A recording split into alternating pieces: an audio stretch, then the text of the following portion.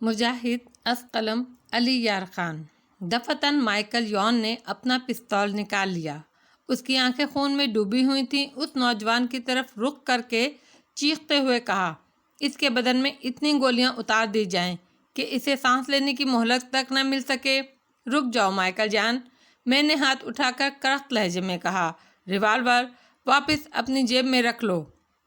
میرے لہجے کی کرختگی پر مائیکل یون کا منہ بگڑ گیا۔ اس نے اپنے ساتھی کیرن شیمے کی طرف دیکھا اور پھر ریوالور واپس جیب میں رکھ لیا۔ میں آہستہ آہستہ اس نوجوان کے قریب پہنچ گیا تھا جس محافظ نے اس کے سر کے بال پکڑ رکھے تھے۔ اسے میں نے ہدایت کی کہ اس کے سر کے بال چھوڑ دے۔ محافظ نے فوری طور پر میری ہدایت پر عمل کیا۔ فلسطینی نوجوان نے سر کو ادھر ادھر جھٹکا اور پھر اس کی تیز نگاہیں میری طرف اٹھ گئیں۔ ان آنکھوں میں شدید نفرت بھری ہوئی تھی۔ میں نے اس کی نفرت کے اس انداز کو نظر انداز کر کے سرد لہجے میں کہا، اب تم اپنی زبان کھول دو۔ کون ہو تم اور کس کے ایما پر یہاں آئے ہو؟ اس عمارت کے بارے میں تمہیں کس طرح معلومات حاصل ہوئیں اور کتنے آدمی ہیں اس کے اطراف میں پھیلے ہوئے؟ اس نے ایک ہلکی سی آواز منہ سے نکالی اور حقارت بھرے انداز میں رخ بدل لیا، جیسے ان سوالات کی اس کی نگاہ میں کوئی وقت ہی نہ ہو اور وہ ان کے جوابات دینے کا کوئی ارادہ نہ رکھتا ہو۔ میں نے گہری نگاہوں سے نوجوان کے بگڑے ہوئے حلیے کو دیکھا۔ یوں محسوس ہوتا تھا جیسے وہ ہر قسم کا تشدد برداشت کرنے کے لیے تیار ہو، لیکن اس کی اس کیفیت کو کیرن شیمے بالکل برداشت نہیں کر پا رہا تھا۔ مائیکل یون کا چہرہ بھی سرخ ہو رہا تھا۔ وہ شاید میری مداخلت سے خاموش ہو گیا تھا، ورنہ فوری طور پر نہ جانے اس نوجوان کے خلاف کیا کارروائی کر ڈالتا۔ جب دوسری بار بھی میری بات کا اس نے کوئی خاص جواب نہیں دیا تو مائیکل یون برداشت نہیں کر سکا اور تیزی سے اٹھ کر فلسطینی نوجوان کی طرف لپکا۔ اس کے منہ سے غصے بھری آوازیں نکل رہی تھیں، تمہاری یہ مجال میں تمہیں 1 منٹ میں سیدھا کر دوں گا۔ اس نے گھونسا بنا کر فلسطینی نوجوان کے چہرے پر مارا، لیکن جو ہی وہ اس کے قریب ہوا، فلسطینی نوجوان نے کمال مہارت سے اپنے دونوں پاؤں اٹھائے۔ چونکہ دونوں محافظ اس کے بازوؤں کو زور سے سنبھالے ہوئے تھے، اسی لیے ایک لمحے میں وہ سب کچھ ہو گیا جس کی توقع نہیں کی جا سکتی تھی۔ نوجوان کے دونوں پاؤں مائیکل یون کے منہ پر پڑے۔ وہ بری طرح دھاڑتا ہوا دوسری طرف جا گرا۔ جو کچھ ہوا وہ اچانک تھا۔ میری اور دوسرے لوگوں کی طرح دونوں محافظ بھی حیران رہ گئے۔ کیرن شیمے تیزی سے آگے بڑھا اور اس نے مائیکل یون کو اٹھانے کی کوشش کی۔ وہ زمین پر چت پڑا ہوا تھا۔ خاصی شدید ضرب لگی تھی اس کے چہرے پر۔ اس کے سامنے والے دونوں دانت ٹوٹ گئے تھے، رخسار پر سیاہ نشان پڑ گئے تھے۔ بمشکل تمام اسے سہارا دے کر اٹھایا گیا۔ میں نے اپنا رخ بدل لیا اور پھر میں نے سرد لہجے میں کہا، میں تمہیں منع کر چکا تھا مائیکل یون، اور پھر جب میں یہاں موجود ہوں تو تمہیں میری آواز سے اپنی آواز بلند نہیں کرنی چاہیے۔ اوہ مسٹر میکوائے، آپ اپنی کارروائی جاری رکھیے۔ یہ ذرا احمق قسم کا جذباتی آدمی ہے۔ بہتر یہی ہے کہ اسے یہاں سے لے جاؤ، میں نے درست لہجے میں کہا اور پھر واپس نوجوان کی طرف مڑ گیا۔ تم اگر اپنے آپ کو بہت زیادہ مضبوط سمجھتے ہو اور یہ سوچتے ہو کہ تمہاری زبان بند رہ سکے گی تو اس غلط فہمی کو دل سے نکال دو۔ جو کچھ تم سے پوچھا جا رہا ہے اس کا جواب دو۔ میں آخری بار تمہیں یہ وارننگ دے رہا ہوں۔ نوجوان نے حقارت سے زمین پر تھوک دیا اور ویسے ہی نفرت بھرے لہجے میں بولا، تم لوگ کتے ہو۔ میں تمہیں سڑکوں پر بھونکنے والے کتوں سے زیادہ اہمیت نہیں دیتا۔ اگر تم میرے بارے میں یہی جاننا چاہتے ہو کہ میں کون ہوں تو اس کا تمہیں اندازہ ہے۔ میرا تعلق عظیم فلسطین سے ہے اور میں اس کی بقا کے لیے جدوجہد کر رہا ہوں۔ والٹر موبائل جیسے بے ضمیر اور بے غیرت قسم کے لوگ اسرائیل کو اپنے دامن میں پناہ دیتے ہیں۔ یہ اسرائیلی وحشی فلسطین کی سرزمین پر جو کچھ کر رہے ہیں وہ ایک طرف، لیکن ان کے گھناؤنے مقاصد آدھی دنیا میں پھیلے ہوئے ہیں۔ یہ ہر جگہ اپنے لیے راستے ہموار کرتے ہیں۔ تم لوگ اس اٹامک پلانٹ کے بارے میں جانتے ہو جو والٹر موبائل کو کٹ پتلی بنا کر یہاں اسرائیلی مفادات کے لیے کام کر رہا ہے۔ ذرا اس کی اہمیت پر غور کرو تو تمہیں اندازہ ہو جائے گا کہ یہ صرف فلسطینی عربوں ہی کے خلاف سازش نہیں ہے، بلکہ نہ جانے کون کون اس کی لپیٹ میں آئے گا۔ ہم اسرائیل کے قدم محدود کر دینا چاہتے ہیں، ہم اسے پھیلنے نہیں دینا چاہتے، اور تم سب لوگ جو مختلف قوموں اور مختلف ملکوں سے تعلق رکھتے ہو، کتوں کی طرح اپنے سامنے پھینکی جانے والی ہڈیوں کی طرف بلبلاتے چلے آتے ہو، یہ سوچے سمجھے بغیر کہ تمہاری ان کوششوں سے دوسروں کو کیا نقصان پہنچ سکتا ہے۔ ہاں، میں آزادی فلسطین کا مجاہد ہوں، فلسطینی تنظیم سے میرا تعلق ہے۔ میں تم سب کو ڈائنامائٹ سے اڑا دینا چاہتا تھا، یہی تھا میرا مقصد۔ تم لوگ مجھے قتل کر دو گے نا، صرف مجھے، لیکن تمہیں اندازہ نہیں میرے جیسے نہ جانے کتنے سرفروش تمہاری فکر میں سرگرداں ہیں۔ اور والٹر موبائے تو ان بے ضمیر لوگوں کے ہاتھ کٹ پتلیوں کی طرح کھیل رہا ہے۔ مگر یاد رکھو، ایک دن بہت بڑے نقصان سے دوچار ہوگا۔ یہ میری پیشن گوئی ہے۔ میرے لاکھوں ساتھی زندہ ہیں اور میں ان کے درمیان ہمیشہ زندہ رہوں گا۔ مجھے صرف یہ افسوس ہے کہ میں تم سب لوگوں کو موت کے گھاٹ نہیں اتار سکا، میں تم سب کو فنا نہیں کر سکا۔ اس کے لہجے میں شیروں جیسی غراہٹ تھی، اس کی آنکھوں میں بے خوفی کی تیز چمک تھی۔ مجھے اس کا تمتماتا ہوا چہرہ اور دمکتی آنکھیں دیکھ کر ایک عجیب سا احساس ہو رہا تھا۔ واقعی نڈر اور دلیر لڑکا تھا اور اس وقت ان لوگوں کے درمیان بری طرح گھر چکا تھا۔ میں جانتا تھا کیرن شیمے اور مائیکل جان اس کی ایک لمحے کی زندگی بھی نہیں چاہتے ہوں گے، اور میرا یہ اندازہ درست ہی نکلا۔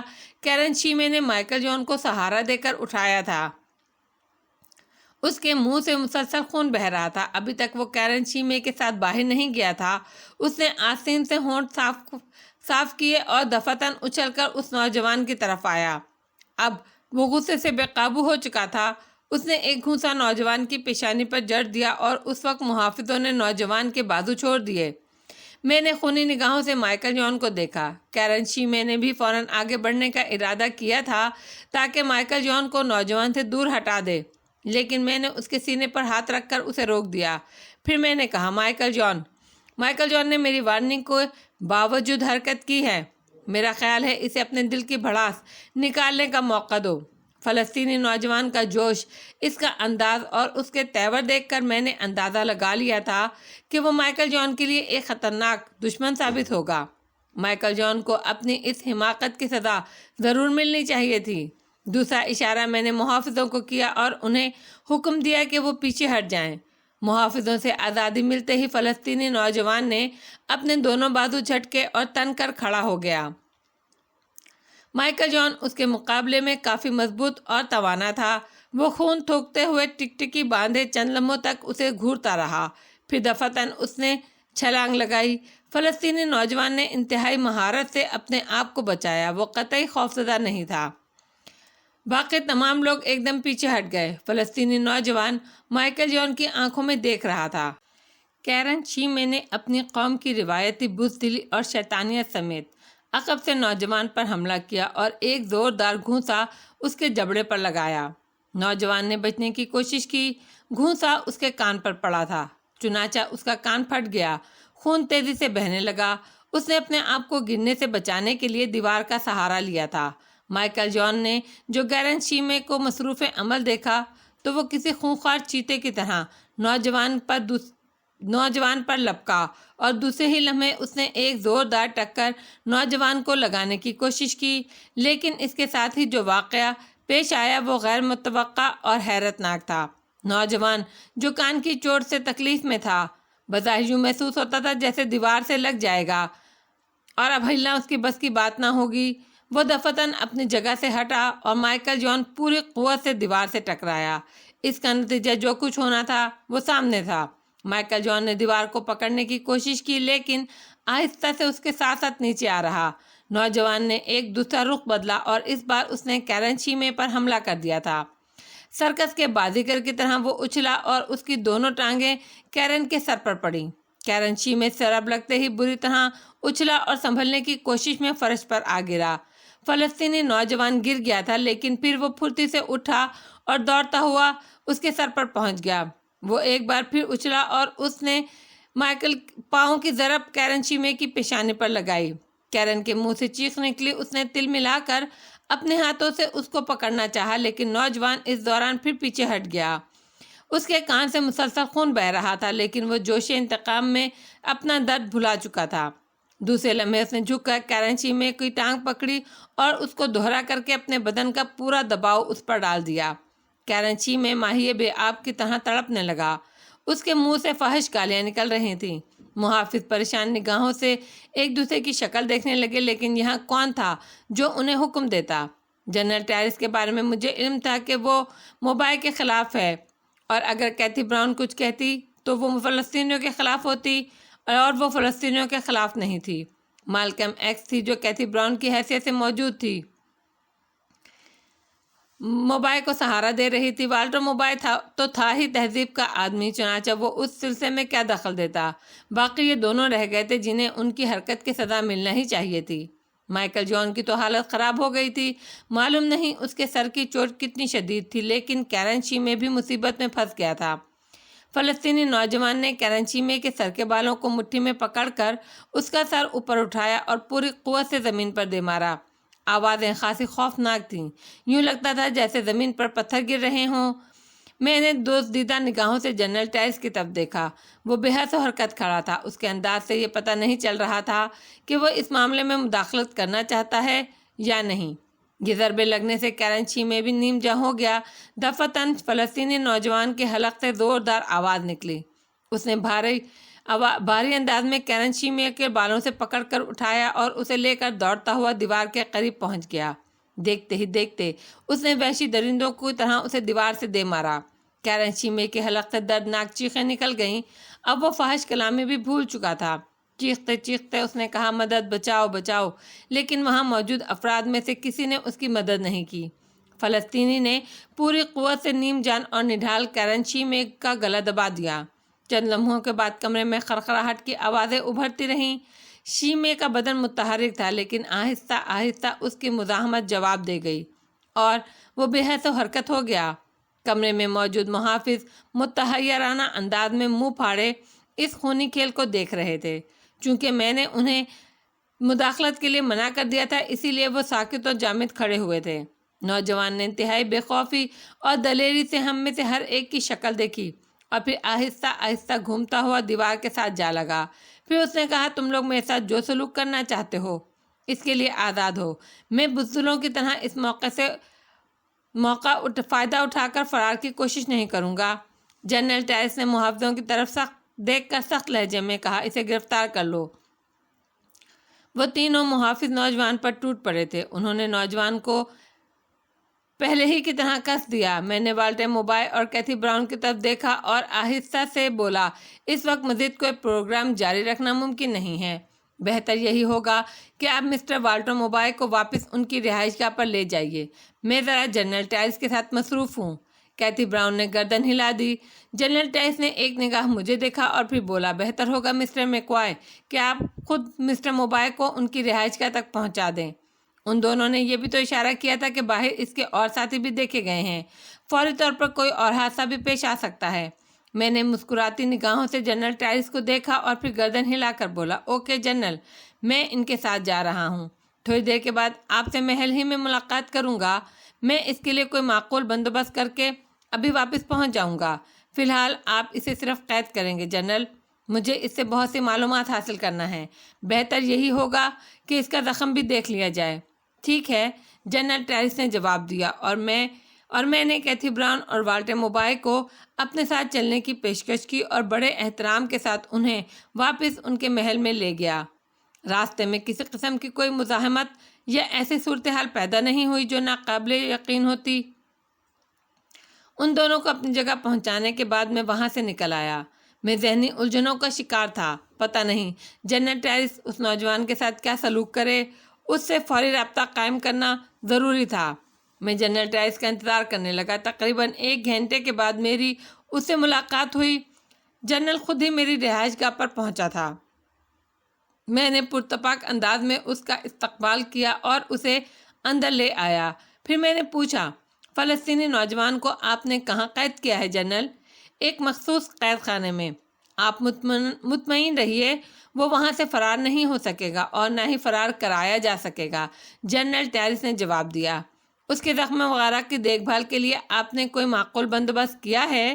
ہاں، آپ اطمینان رکھیے مسٹر میکوائے، وہ شدید زخمی نہیں ہے۔ میں نے اس کے زخموں کی مرہم پٹی کرا دی ہے، جنرل ٹائرس نے جواب دیا۔ ان دونوں کی کیا پوزیشن ہے؟ دونوں کی لاشیں ٹھکانے لگا دی گئی ہیں،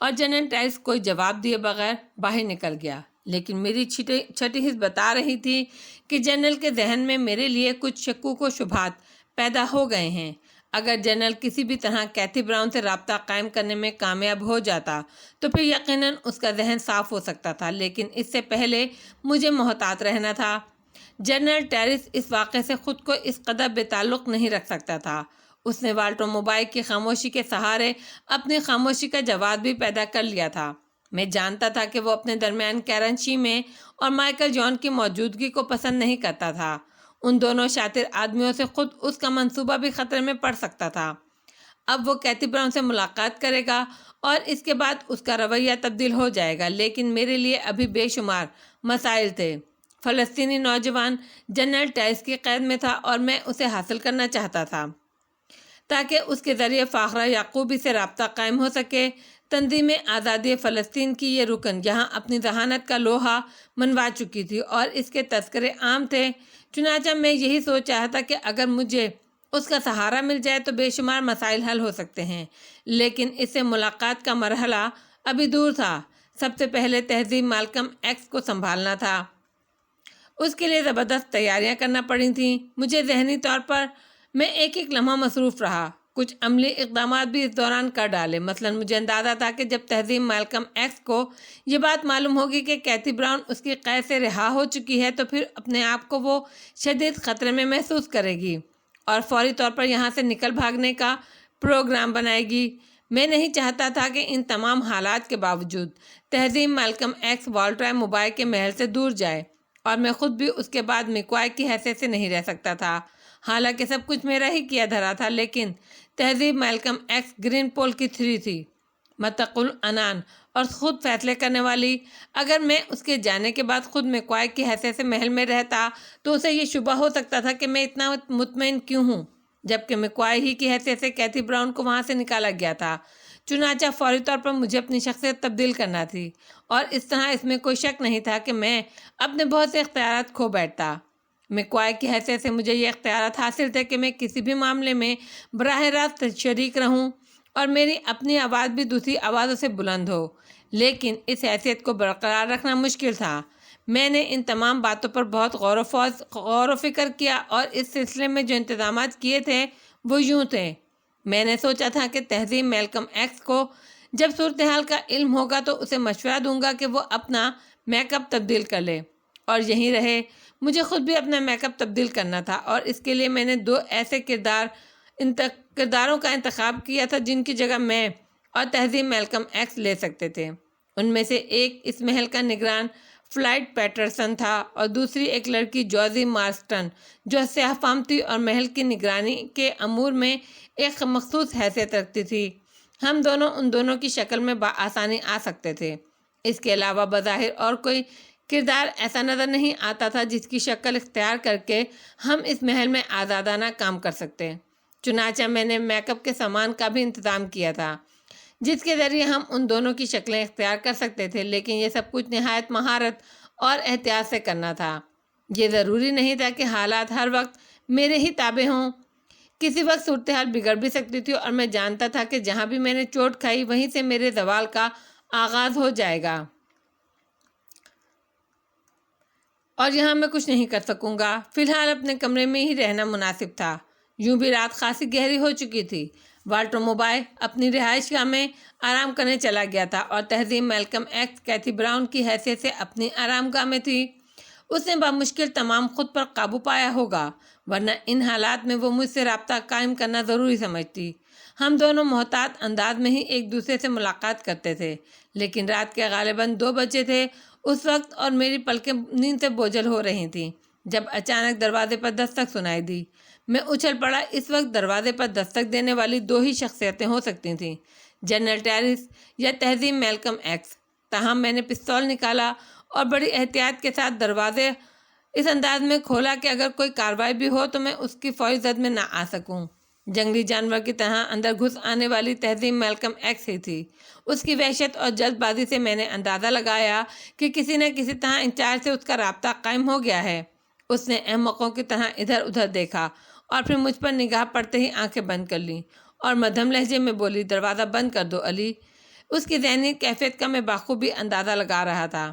میں نے پھرتی سے دروازہ بند کر دیا اور پھر تیز روشنی کے سوئچ کی جانب ہاتھ بڑھایا ہی تھا تو تہذیب نے پھرتی سے آگے بڑھ کر میرا بازو پکڑ لیا۔ نہیں نہیں، رہنے دو، بتی نہ جلاؤ۔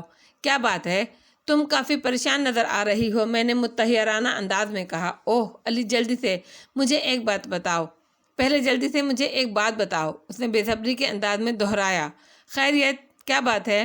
میں نے متعجب ہونے کی اداکاری کرتے ہوئے کہا۔ کیا تم نے کیتھی براؤن کو اس جگہ سے ہٹا دیا ہے؟ کیا مطلب؟ میں نہیں سمجھا۔ یہ بتاؤ، کیا تم ہیڈ کوارٹر پہنچے تھے؟ کیا تم نے انچارج سے کہا کہ تم کیتھی براؤن سے ملنا چاہتے ہو اور اس کے بعد تم؟ تہذیب، براہ کرم اپنے حواس بحال کرو، تم جیسی شخصیت کے لیے اتنی بدحواسی موضوع نہیں ہے۔ بیٹھو، آرام سے بیٹھ جاؤ۔ کیا ہوا؟ تفصیل سے بتاؤ۔ تو تم وہاں نہیں گئے، تہذیب نے ڈوبتے ہوئے لہجے میں کہا، اور میں اسے سہارا دے کر مسحری تک لے آیا۔ بیٹھو، پلیز بیٹھ جاؤ۔ کیا لاؤں تمہارے لیے؟ کچھ نہیں، میں واقعی کوئی زیادہ ہی بوکھلا گئی ہوں، پلیز محسوس مت کرنا۔ تہذیب گہری گہری سانسیں لیتے ہوئے بولی۔ میں خاموشی سے اس کی شکل دیکھتا رہا۔ میں نے اپنے انداز میں پریشانی کا تاثر پیدا کر لیا تھا۔ تہذیب چند لمحات گہری گہری سانسیں لیتی رہی، پھر اس نے خود کو سنبھالتے ہوئے کہا، ایک شخص یعنی تم، یعنی مسٹر میکوائے اس جگہ پہنچا جہاں ہم نے کیتھی براؤن کو قید کر رکھا تھا۔ اس نے کیتھی براؤن سے ملاقات کی خواہش کا اظہار کیا، چونکہ انچارج کو یہ بات معلوم تھی کہ تم گرین پول کے لیے ایک اہم کام انجام دے رہے ہو اور اس وقت تم میکوائے کے میک اپ میں ہو، اسی لیے اس نے کوئی تعارض نہیں کیا اور تم کیتھی براؤن کے پاس پہنچ گئے۔ اس کے بعد تھوڑی دیر تک وہاں رہ کر تم اسے اپنے ساتھ باہر لائے اور پھر کہیں چلے گئے۔ انچارج نے صرف اس لیے مداخلت نہیں کی کہ میں نے اسے تمہارے بارے میں مکمل ہدایات دے رکھی تھیں۔ اس کے بعد سے کیتھی براؤن وہاں واپس نہیں پہنچی، سمجھے؟ وہ واپس نہیں پہنچی۔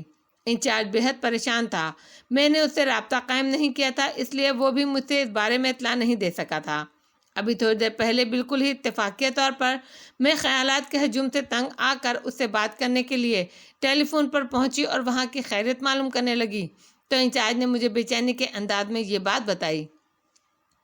یہ ہے واقعہ علی، میرا خیال ہے کہ اگر تم نے سب کچھ نہیں کیا تو ہم تو بے نقاب ہو گئے، ہمارا سارا منصوبہ خاک میں مل گیا علی، ہم اپنی اس کوشش میں مکمل طور پر ناکام ہو گئے ہیں۔ تہذیب بہت زیادہ نروس نظر آ رہی تھی۔ میں بھی خاموش رہا، میرا انداز اس کے سامنے ایسا ہی تھا جیسے اس انکشاف پر میں سکتے میں رہ گیا ہوں۔ پھر میں نے آہستہ سے تہذیب کے بازو پر ہاتھ رکھتے ہوئے کہا، ہمت نہ ہارو تہذیب، یہ سب کچھ کیسے ہو سکتا ہے؟ کس طرح ہو سکتا ہے؟ غور کرو اس پر۔ میرا ذہن معاف ہو رہا ہے۔ میں اعتراف کرتی ہوں علی کہ مجھے اتنا شدید ذہنی جھٹکا لگا ہے کہ میں سوچنے سمجھنے کی قوتیں کھو بیٹھی ہوں۔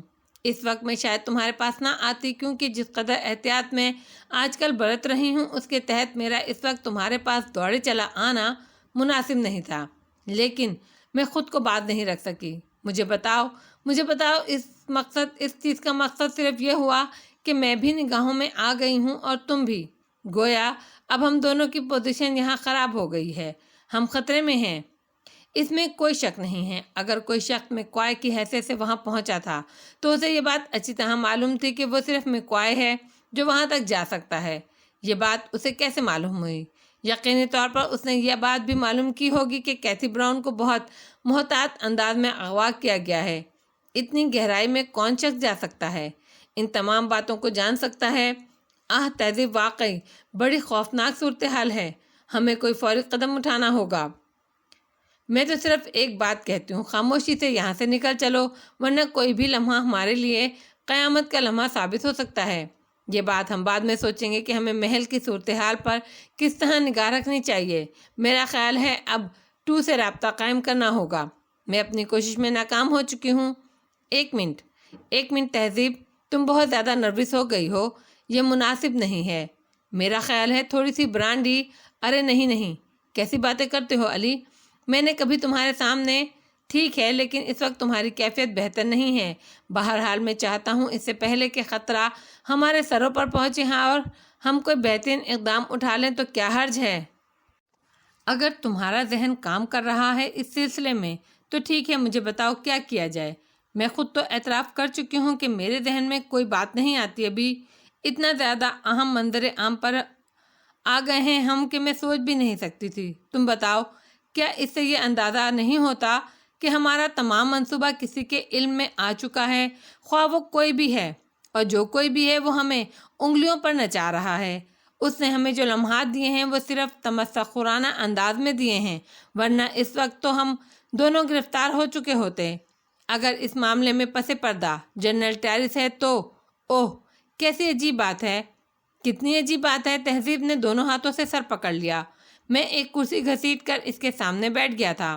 تہذیب بار بار چونک کر دروازے کی جانب دیکھنے لگتی تھی۔ اس سے اندازہ ہوتا تھا کہ وہ کس قدر ہراساں ہے اور یہ صورتحال بہتر نہیں تھی۔ ویسے میرے ذہن میں منصوبہ مکمل تھا، لیکن میں اسے فوراً تہذیب کے سامنے بیان کرنا نہیں چاہتا تھا۔ اس کے لیے تھوڑا سا وقت، تھوڑی سی سوچ مزید درکار تھی۔ تقریباً 10 منٹ تک ہم دونوں بالکل خاموش بیٹھے رہے۔ کمرے میں رنگین روشنی تھی، بہت مدھم، ہلکی سی، اسی لیے ہم دونوں ایک دوسرے کے خد و خال دیکھ سکتے تھے۔ تھوڑی دیر کے بعد میں نے کہا، تہذیب، اگر ہم ان کی طرف سے کوئی کارروائی ہونے سے پہلے ہی یہاں اپنے بچاؤ کا بندوبست کر لیں تو کیا مطلب؟ تہذیب نے دونوں ہاتھ سر سے ہٹا لیے۔ مقصد یہ کہ ہمیں تھوڑی سی الجھنوں کا سامنا تو کرنا پڑے گا، لیکن اس محل سے دور نہیں جانا ہوگا۔ وہ کیسے؟ آخر کیسے؟ تم کیا سمجھتی ہو تہذیب؟ کیا اس تمام وقت میں ہاتھ پر ہاتھ رکھے بیٹھا رہا ہوں صرف ایک تماشائی کی حیثیت سے؟ نہیں، ایسا نہیں ہے۔ میں نے اپنے طور پر بھی کچھ سوچا ہے اور کچھ کیا ہے۔ مثلاً علی، جلدی سے بتاؤ، گفتگو کو طویل نہ کرو، تہذیب نے بے چینی سے کہا۔ میں نے اس پوائنٹ پر بھی سوچا تھا تہذیب کہ کبھی اتفاقیہ طور پر اگر ہمارا راز کھل جائے تو ہمیں کیا کرنا ہوگا؟ تو پھر کیا فیصلہ کیا تم نے اس سلسلے میں؟ تہذیب نے بدستور بے چینی سے سوال کیا۔ اس کے لیے میں نے یہاں 2 کرداروں کا انتخاب کر لیا تھا، تمہارے لیے بھی اور اپنے لیے بھی۔ میں نے سوچا تھا کہ اگر ایسی کوئی صورتحال پیش آئی تو ہم فوراً اپنا چولہا تبدیل کر لیں گے۔ فلائٹ پیٹرسن یہاں کیئر ٹیکر کی حیثیت سے کام کرتا ہے۔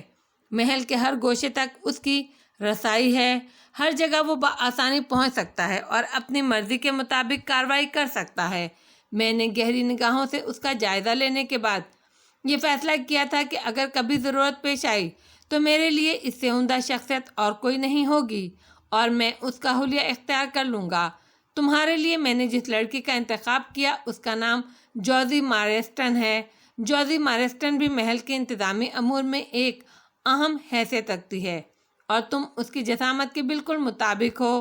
ان دونوں کا انتخاب میں نے حفظ ما تقدم کے طور پر کیا تھا، لیکن میں سوچ بھی نہیں سکتا تھا کہ واقعی اس کی ضرورت بھی پیش آ جائے گی۔ ہاں، میں سمجھ رہی ہوں، اس کا مقصد ہے کہ ہاں، میں نے تمام انتظامات مکمل کر کے رکھے تھے۔ ٹھہرو، میں تمہیں دکھاتا ہوں، میں نے کہا اور اپنی مخصوص الماری سے میک اپ کا وہ سامان نکال کر تہذیب میلکم ایکس کے سامنے رکھ دیا، جس کے ذریعے ہم دونوں یہ شکلیں اختیار کر سکتے تھے۔ تہذیب کے چہرے پر ایک لمحے کے لیے رونق آ گئی۔ اس نے متحیرانہ انداز میں اس سامان کو اور پھر مجھے دیکھتے ہوئے کہا، علی، بے شک میں یہ اعتراف کرنے میں عار محسوس نہیں کرتی کہ مرد بہرحال مرد ہوتا ہے، اگر وہ ذہین بھی ہو تو دنیا کی کوئی عورت ذہانت میں اس کا مقابلہ نہیں کر سکتی۔ اس طرح اس انداز میں نے نہیں سوچا تھا علی، حالانکہ جو کچھ تم بتا چکی ہو تہذیب، اس کے مطابق تو یوں سمجھو کہ ہم ہر لمحہ تلوار کی دھار پر ہیں۔ پتہ نہیں یہ سب کچھ کرنے والوں نے ابھی تک ہم پر قابو پانے کی کوشش کیوں نہیں کی۔ میں بھی یہی سوچ رہی تھی، لیکن وہ دونوں، میرا مطلب ہے دیر نہیں کرنا چاہیے۔ تہذیب، آؤ میرے ساتھ۔ باہر کی کیا پوزیشن ہے؟ حسب معمول ہے، بدقسمتی یہ ہے کہ یہاں پہرا دینے والے بہت محتاط رہتے ہیں۔ ہر چند کے محل کے اندرونی حصوں میں پہرا نہیں ہے، لیکن ہماری ذرا سی لرزش باہر مستعد لوگوں کو ہماری جانب متوجہ کر سکتی ہے۔ آؤ کوشش کریں گے کہ ایسا نہ ہو۔ پستول ہے تمہارے پاس؟ ہاں ہے۔ تہذیب نے اپنا آٹومیٹک پستول نکال کر مجھے دکھاتے ہوئے کہا، جس کی نال پر سائلنسر فٹ تھا۔ گڈ، آؤ، میں نے کہا اور میں تہذیب کے ساتھ باہر نکل آیا۔ جوزی مارسٹن کا کمرہ محل کے آخری گوشے میں تھا۔ بیرونی علاقے میں فلائٹ پیٹرسن رہتا تھا۔ جوزی مارسٹن پر تو آسانی سے قابو پایا جا سکتا تھا، لیکن فلائٹ پیٹرسن کے لیے ذرا محنت کرنا تھی۔ پہلے ہم نے جوزی ہی کا انتخاب کیا اور طے یہ کیا کہ اس کے بعد فلائٹ پیٹرسن کے لیے کوئی مؤثر قدم اٹھایا جائے گا۔ جوزی کے دروازے پر کئی بار دستک دینا پڑی، پھر وہ آنکھیں ملتی ہوئی دروازے تک آئی اور اس نے دروازہ کھول دیا، لیکن اس کے بعد اسے سانس لینے کی مہلت نہ ملی۔ میں نے اس پر قابو پا لیا اور کنپٹیوں پر دباؤ ڈال کر چند لمحات میں اسے بے ہوش کر دیا۔ اس کے بعد اس کے بے ہوش جسم کو اپنے کمرے تک لانا زیادہ مشکل کام نہیں ہوا۔ اکثر کمروں میں تاریکی پھیلی ہوئی تھی، ایک دو کمرے روشن بھی تھے، لیکن وہ اتنے فاصلے پر تھے کہ ہمارے قدموں کی چاپ وہاں تک نہیں پہنچ سکتی تھی۔ جوزی کو اپنے کمرے میں لانے کے بعد ہم نے اسے بستر پر لٹا دیا اور میں تہذیب میلکم ایکس کے چہرے پر میک اپ کرنے میں مصروف ہو گیا۔ تہذیب خاموش بیٹھی ہوئی تھی، اس کے بدن میں ہلکی ہلکی لرزش نمایاں تھی۔ میں نے اسے اس کے لیے ہر سرزش کی تو اس نے پھیکے سے انداز میں مسکراتے ہوئے کہا، تم جانتے ہو علی، میں اتنی کمزور طبیعت کی مالک نہیں ہوں، لیکن نہ جانے کیوں ان حالات میں مجھے ایک عجیب سا خوف محسوس ہو رہا ہے۔ کوئی بات نہیں تہذیب، خود کو سنبھالو، ہم تو اس سے بھی زیادہ خطرناک کام انجام دینے کے لیے تیار رہتے ہیں۔ میں نے کہا، ہاں بس میں اپنی اس کیفیت پر قابو پانے کی کوشش کر رہی ہوں علی، شاید میرے اندر ایک اور جذبہ جاگ اٹھا ہے، شاید علی میں اب بالکل ہی ناکارہ ہو جاؤں۔ کیوں؟ میں نے اس کا ذہن بٹانے کے لیے سوال کیا، لیکن میرے ہاتھ بدستور اپنے کام میں مصروف تھے۔ بس کیا کہوں کہتے ہوئے شرم محسوس ہوتی ہے۔ یوں سمجھ لو بعض اوقات انسان میں کچھ ہوتے ہوئے بھی کسی کے سامنے کچھ نہیں رہتا۔ میں تم پر بھروسہ کرنے کی عادی ہو گئی ہوں، بس یوں محسوس ہوتا ہے جیسے ہر غلط کام تم سنبھال لو گے، تہذیب نے کہا، اور مجھے ایک عجیب سی شرمندگی کا احساس ہوا۔ میں سمجھ رہا تھا کہ وہ کیا کہنا چاہتی ہے۔ بلا شبہ تہذیب اب میرے لیے ہر شک و شبہ سے بالاتر ہو چکی تھی۔ پہلے میرے دل میں اس کے لیے جو شبہات تھے، اب ان کا کوئی شائبہ بھی باقی نہیں رہا تھا۔ میں اس کے خلوص، اس کی سچائی پر پورا بھروسہ کر چکا تھا، لیکن بد نصیبی سے حالات کچھ اس قسم کے پیدا ہو گئے تھے کہ میں تہذیب کو بھی دھوکہ دینے پر مجبور تھا۔ میں اپنے اس مشن کو کسی طرح نظر انداز کر سکتا تھا جس کے لیے میں نے اپنے مستقبل کو تاریک کیا تھا۔ تھوڑی دیر کے بعد میں اپنے کام سے فارغ ہو گیا۔ تہذیب میلکم ایکس کو جوزی مارسٹن کا روپ دے دیا گیا۔ جوزی مارسٹن بے ہوش ہمارے سامنے پڑی تھی۔ اب ہمارے لیے مسئلہ یہ درپیش تھا کہ جوزی کو کہاں لے جایا جائے۔ چند لمحات وہ خاموش کھڑی سوچتی رہی، پھر بولی، یہ بہت مشکل مرحلہ ہے۔ ہم اجلت کے عالم میں سب کچھ کر تو بیٹھے ہیں علی، لیکن میں نہیں سمجھتی کہ میں جوزی مارسٹن کا کردار کیسے نبھا سکوں گی۔ میں نے اس کی شخصیت کا تجزیہ بھی نہیں کیا، اس کی آواز کی نقل بھی اچھی طرح نہیں اتار سکتی۔ اس میں پریشان ہونے کی کیا ضرورت ہے تہذیب؟ آخر انسان بیمار بھی تو ہوتا ہے، کوئی بھی ایسی تکلیف ہو سکتی ہے جیسے اسے جس کے ذریعے وہ اپنی شخصیت کو چھپا سکے۔ او ہاں، لیکن کیا اس طرح ہم معطل نہیں ہو جائیں گے؟ تہذیب نے سوال کیا۔ ہمیں فوراً ہی یہ شخصیت اختیار کر کے مصروف عمل نہیں ہو جانا ہے۔ پہلے تو اس محل میں رہتے ہوئے ہمیں خود کو چھپانا ہوگا۔ تم فلائٹ پیٹرسن کا کردار بآسانی نبھاؤ گے؟ ہاں، میں تو انتہائی کوشش کروں گا، لیکن سب سے اہم مسئلہ یہ ہے کہ اس وقت ہم اس جوزی کا کیا کریں۔ میں بھی یہی سوچ رہی ہوں۔ ایک مناسب جگہ ہماری خفیہ پناہ گاہ بھی تھی جہاں کیتھی براؤن کو قید کیا گیا تھا، لیکن کوئی شخص وہاں جا کر ہمارے خلاف کارروائی کر چکا ہے اور وہ جگہ اس کے علم میں آ چکی ہے۔ بہتر یہ ہے کہ ان دونوں کو فوری طور پر وہاں بھجوا دیا جائے جہاں والٹر موبائے کو رکھا گیا ہے۔ وہ جگہ کم از کم ابھی تک محفوظ ہے، ورنہ والٹر موبائے کو بھی رہا کرانے کی کوشش کی جاتی۔ میں سوچ میں ڈوب گیا۔ پھر میں نے کہا، لیکن مسئلہ تو یہی ہے کہ اسے یہاں سے نکال کر کس طرح لے جایا جائے۔ خیر، اس سلسلے میں بھی کچھ نہ کچھ کیا جائے گا، فی الحال اسے یہیں رہنے دیا جائے۔ ابھی ہمارے پاس رات باقی ہے۔ میں اب فلائٹ پیٹرسن کی طرف جا رہا ہوں، تم یہاں میرا انتظار کرو۔ میرا خیال ہے میں اس سلسلے میں تمہاری مدد کر سکتی ہوں، تہذیب نے کہا۔ وہ کیسے؟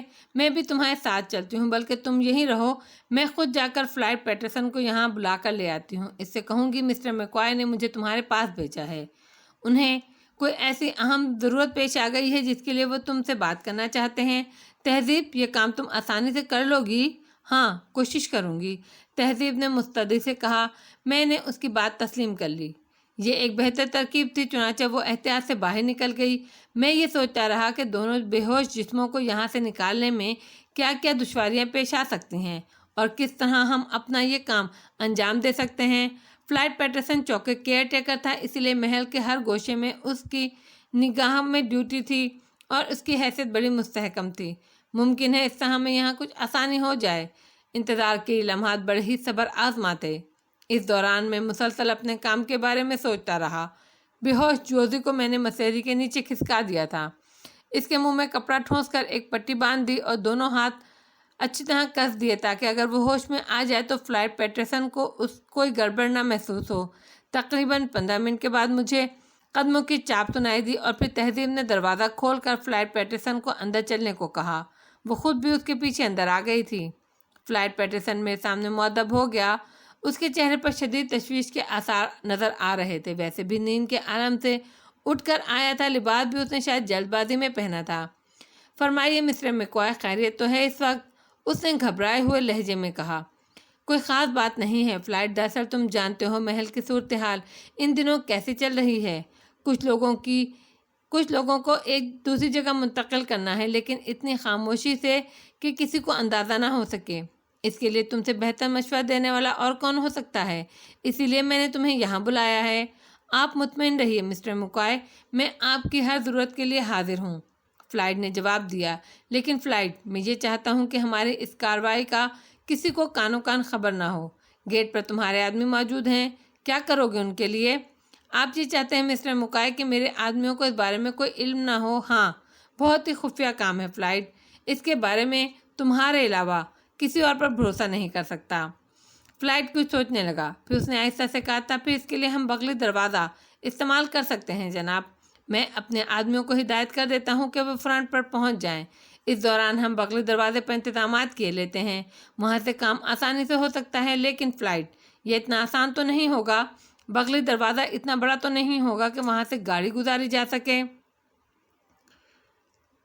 گاڑی پہلے سے وہاں پہنچائی جا سکتی ہے جناب۔ وہ کس طرح؟ میں اس سلسلے میں بندوبست کرتا ہوں۔ خالی گاڑی لے کر یہاں سے نکل جاتا ہوں، اسے بغلی دروازے پہ کھڑا کر دوں گا اور اس کے بعد دروازہ کھول کر اندر آ جاؤں گا۔ اس کی چابی صرف میرے پاس رہتی ہے، فلائٹ نے جواب دیا، اور میں نے تہذیب میلکم ایکس کی جانب دیکھا۔ تہذیب نے آنکھ کے اشارے سے کہا، یہ صورتحال نہایت موزوں ہے۔ مقصد یہی تھا کہ فلائٹ اگر خود جائے گا تو اس کے گارڈ اس پر کوئی شبہ نہیں کریں گے اور ہم اپنا کام اس وقت مناسب طور پر کر سکیں گے جب فلائٹ گاڑی وہاں پہنچا کر واپس آئے گا، اور جب وہ گیٹ سے باہر نکلے گا تو گارڈز کو کوئی شبہ نہیں ہو سکے گا، اور جب ہم اپنا کام کر کے واپس آئیں گے تو گارڈ یہی سمجھیں گے فلائٹ جس کام سے گیا تھا اس کو انجام دے کر واپس آیا ہے۔ چنانچہ یہ تجویز مجھے موزوں ترین معلوم ہوئی۔ میں نے فلائٹ سے کہا، شکریہ مسٹر فلائٹ، تم فوری طور پر اپنا یہ کام انجام دے لو۔ بہتر یہ ہوگا کہ کوئی بند گاڑی ہو جس میں ہم بآسانی ان لوگوں کو لے جا سکیں۔ میرے پاس ایک لینڈ کروزر ہے جناب، جو میرے اپنے استعمال میں رہتی ہے۔ آپ انتظار کیجئے، میں 10 منٹ میں یہ کام انجام دے کر واپس آتا ہوں، فلائٹ نے کہا اور مجھ سے اجازت لے کر باہر نکل گیا۔ وہ نگاہوں سے اوجھل ہو گیا تو میں نے پلٹ کر تہذیب میلکم ایکس سے کہا، خوش قسمتی سے یہ کام تو بڑی ہی آسانی سے انجام پا گیا ہے۔ اس سلسلے میں تمہارے ذہن میں مزید کوئی تجویز ہو تو بتاؤ۔ نہیں، میں تو حیران ہوں اتنی خوبی سے سب کچھ کیسے ہو گیا۔ فلائٹ ہمارے لیے واقعی ایک کارآمد مہرہ ثابت ہوگا، لیکن مسئلہ صرف اتنا ہے کہ ان دونوں کو بغلی دروازے سے کیسے باہر پہنچائیں گے، اس میں تو دقت پیش آئے گی۔ اب اتنا خطرہ تو مول لینا ہی ہوگا تہذیب، میں نے کہا۔ پھر ہم لوگ فلائٹ کی واپسی کا انتظار کرنے لگے۔ ہمارے درمیان یہ طے پا گیا تھا کہ اس معاملے سے نبٹ کر تہذیب جوزی کی حیثیت سے اپنے کمرے میں پہنچ جائے گی اور وہاں جا کر بیمار پڑ جائے گی۔ میں فلائٹ پیٹرسن کے کوارٹر میں جا کر آرام کروں گا، اور اس کے بعد ہماری دوبارہ ملاقات اس وقت ہوگی جب صورتحال ہمارے قابو میں آ جائے گی۔ اور بھی بہت سی باتیں زیر بحث رہیں، مثلاً تہذیب نے کہا، کیتھی براؤن اور میکوائے کو اچانک گمشدگی کیا سب کے سامنے پریشان کن نہیں ہوگی؟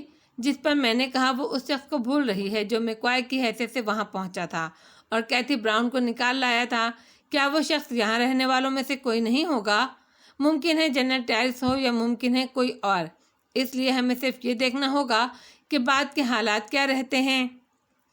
تھوڑی دیر کے بعد ہم نے دور سے فلائٹ کو آتے ہوئے دیکھا۔ وہ محتاط انداز میں آ رہا تھا۔ واپس آ کر اس نے کہا، میں نے تمام گارڈز کی ڈیوٹی تبدیل کر دی ہے، اب بغلی راستے کی سمت جانے میں کوئی دقت نہیں ہوگی۔ یہاں سے ہم ان لوگوں کو بآسانی نکال سکتے ہیں جناب، جنہیں آپ محل سے کہیں منتقل کرنا چاہتے ہیں۔ شکریہ، تمہارا یہ تعاون ہمیشہ یاد رکھا جائے گا۔ میں آپ کا خادم ہوں مسٹر میکوائے، آپ کی عنایت ہے کہ آپ نے مجھے اس قابل سمجھا۔ فلائیڈ نے کہا، آؤ اندر آؤ، ابھی تم سے ایک اور کام بھی ہے، میں نے کہا، اور فلائیڈ اندر داخل ہو گیا۔ وہ آگے بڑھا تو میں اس کے عقب میں تھا۔ میں نے اس کی گردن پر ایک زوردار مکہ جڑ دیا۔ یہ گھونسا اتنا طاقتور تھا کہ فلائیڈ اپنا توازن برقرار نہ رکھ سکا اور فرش پر جا گرا۔ اس کے بعد اسے موقع دینا میرے لیے مناسب نہیں تھا۔ تہذیب نے جلدی سے دروازہ بند کر دیا اور میں نے اس کی کن پٹیوں پر شدید دباؤ ڈالا۔ چند لمحات کے بعد اس کا بدن ڈھیلا پڑ گیا۔ تب میں نے اسے پلٹ دیا۔ فلائیڈ کی آنکھیں بند تھیں، وہ بے ہوش ہو چکا تھا۔ اس کے فوراً بعد ہی میں نے اپنے کام کا آغاز کر دیا۔ تہذیب اس سلسلے میں میری مدد کر رہی تھی جس طرح بھی ممکن ہو سکا۔ میں نے فلائیڈ کا میک اپ کیا۔ ظاہر ہے جلد بازی میں کام صحیح طور پر نہیں ہو سکتا تھا، لہٰذا اس کام میں تقریباً 30 منٹ صرف ہوئے اور پھر اس کا لباس پہننے کے بعد میں تیار ہو گیا۔ میں نے تہذیب میلکم ایکس کی جانب سوالیہ نگاہوں سے دیکھا تو اس نے آنکھیں بند کر کے گردن ہلا دی اور بولی، اتنے اچھے میک اپ پر میں تمہیں مبارکباد دیے بغیر رہ نہیں سکتی۔ علی، ایسے ہنگامی وقت میں اتنے عمدہ کام کر لینا آسان بات نہیں ہوتی۔ تم انتہائی فولادی اعصاب کے مالک انسان ہو۔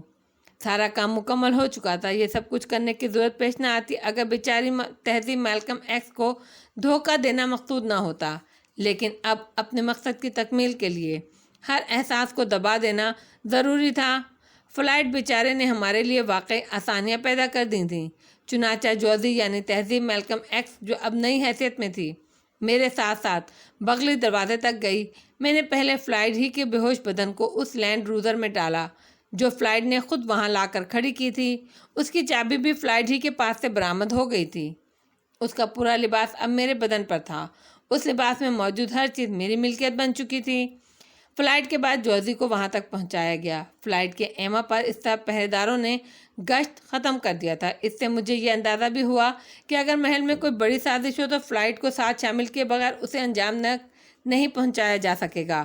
وہ بیرونی افراد کو محل میں لانے میں سب سے زیادہ معاون ثابت ہو سکتا تھا۔ معلوم نہیں جنرل ٹائرس نے فلائٹ پر نگاہ کیوں نہیں رکھی، یا پھر یہ بھی ممکن ہے کہ فلائٹ درپردہ جنرل ٹائرس کا اعلیٰ کار ہو۔ اس کا فیصلہ بعد میں ہو سکتا تھا۔ اس کام سے فارغ ہونے کے بعد میں نے تہذیب سے کہا اب وہ جوزی کے کمرے میں چلی جائے اور میرے کمرے کا رخ نہ کرے، میں وہیں پر مناسب وقت میں اس سے ملاقات کروں گا۔ جوزی گردن ہلا کر واپس چلی گئی۔ بغلی دروازہ اس نے اندر سے بند کر دیا تھا۔ میں لینڈ کروزر لے کر چل پڑا۔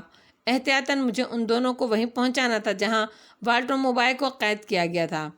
فلائٹ پیٹرسن کی حیثیت سے اس جگہ میرا داخلہ ممکن نہیں تھا جہاں گرین پول کے افراد والٹر موبائل کے محافظ و نگران تھے، لیکن اس کے لیے بھی میرے پاس بندوبست تھا۔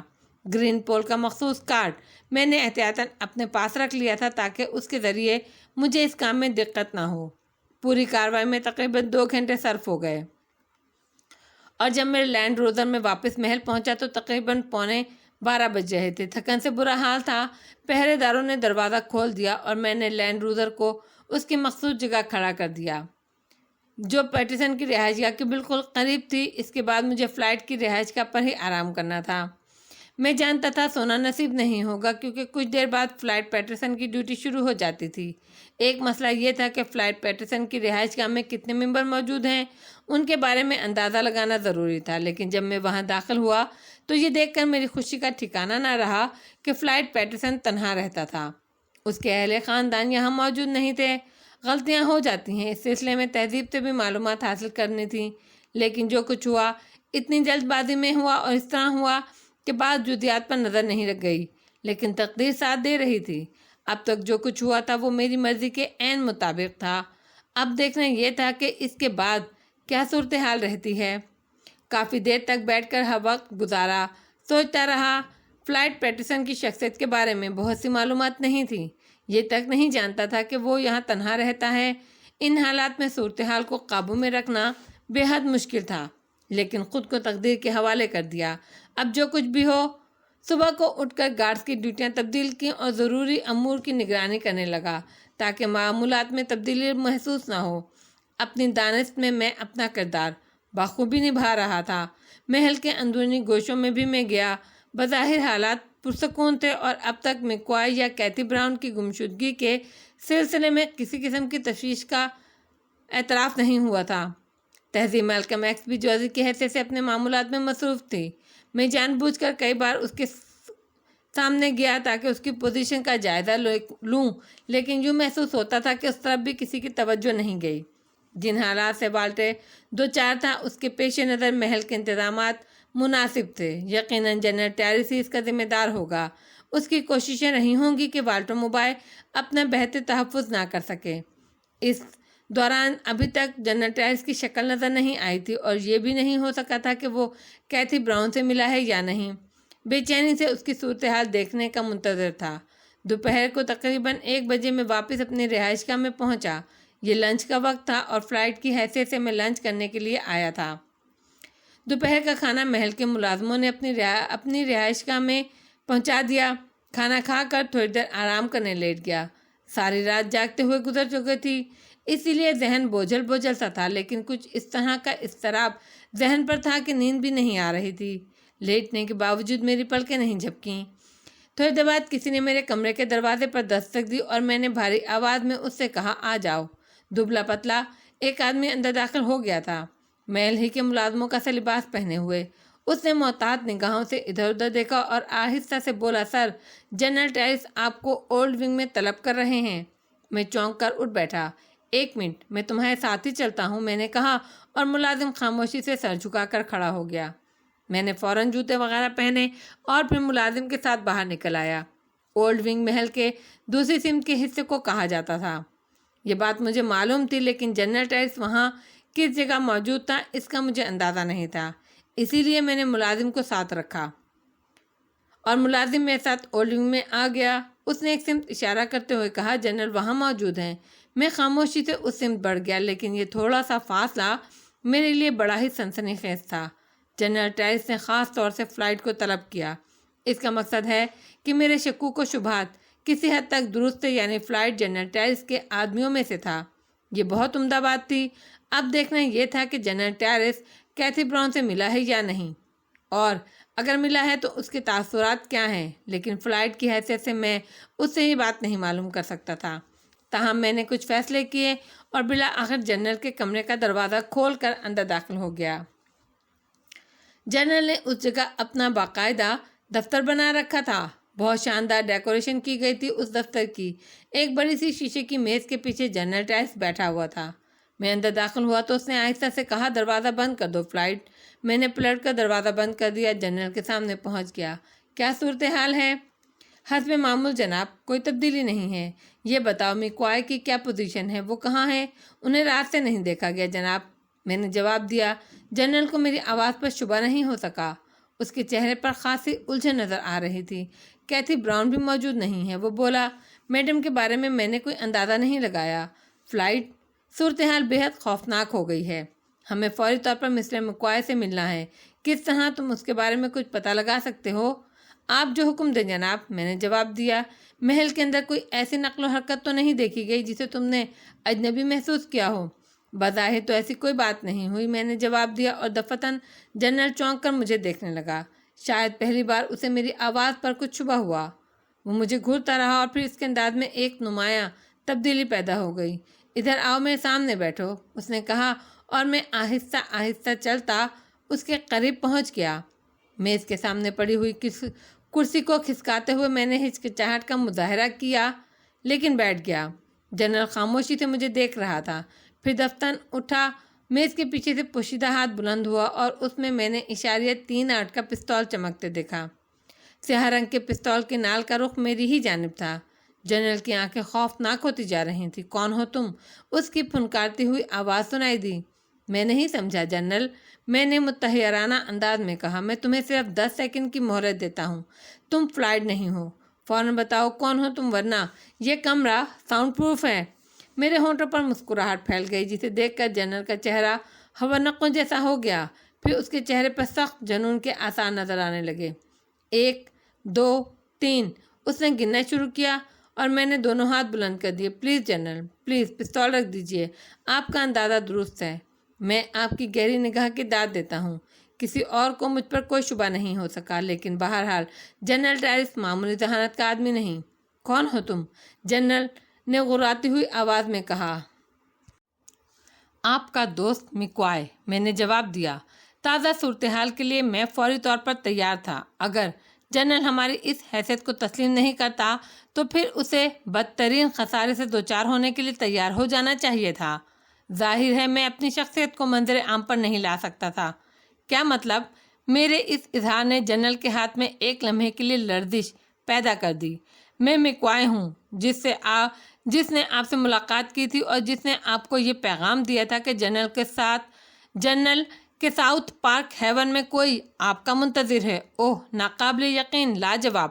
جنرل نے پستول میز پر رکھ دیا اور اپنی کرسی کھسکا کر کھڑا ہو گیا، پھر بولا، مجھے یقین دلا دو کہ تم پارکو ہو، اس کے بعد ہی میں تم سے کھل کر گفتگو کر سکوں گا۔